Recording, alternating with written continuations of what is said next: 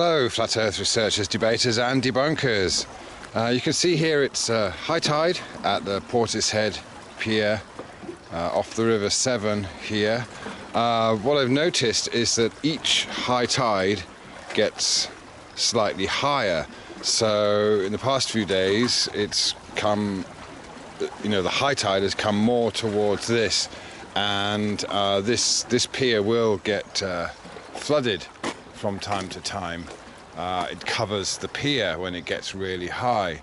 So my thinking here is that basically the only way to have a rise in water levels is to add more water.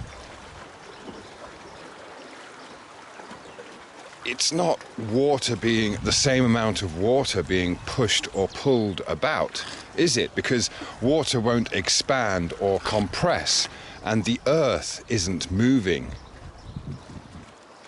So what we are seeing here is new water coming in from downriver, or maybe from the sea, creating this fluctuation in tides.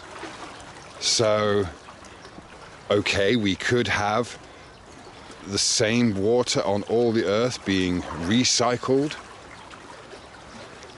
and flowing out of one place into another with a regular rhythm like that.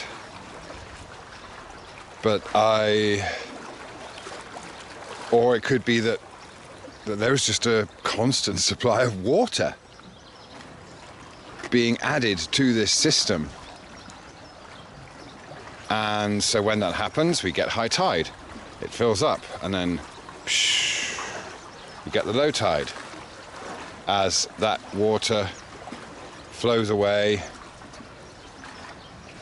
and then we have another influx. I will check whether there is this kind of, I sense there might be a kind of wave pattern to the incremental height of the tides throughout the month. So again, the moon, yes, you can consider the moon a clock to tell you when certain phenomenon will take place to measure the cycle.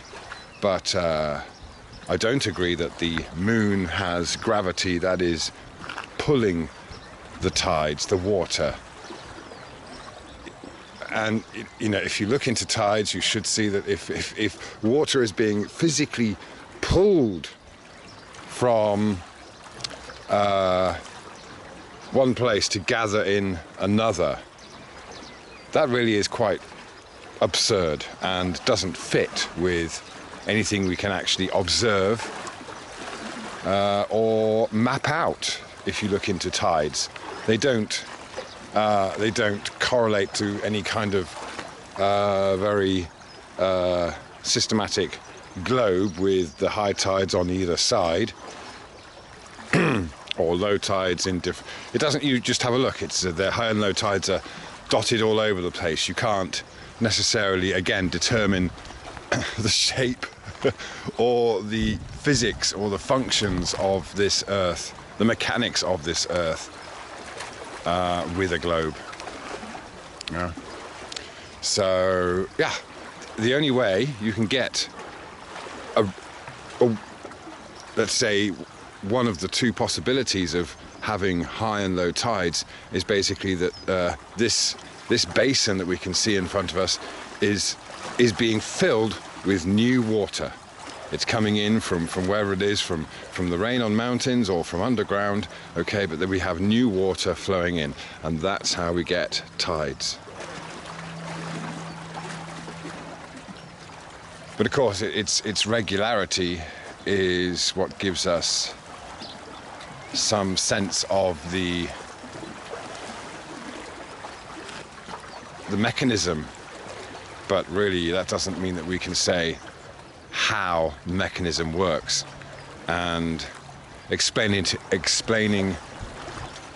all these mechanisms away with gravity just doing different things hither and dither, depending on the mass of something involved spinning around in the vacuum of space.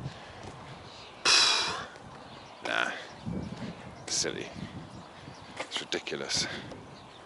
So yeah, high and low tides. Are we living on a living, breathing Earth? Are we getting a constant supply of new water coming in and filling up these basins and estuaries and seas? Where is it coming from? Is it fresh water, or is it saline water? These are all still mysteries, I believe, to science. Nobody knows where the water comes from. Nobody knows. Yet we have, as you can see, plenty of it, including the rain that likes to fall here. So water isn't scarce.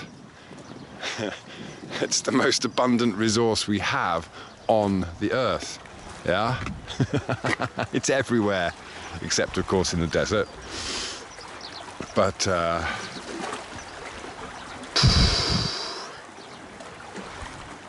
yeah, hope that is food for thought on this gloomy day down in Portishead.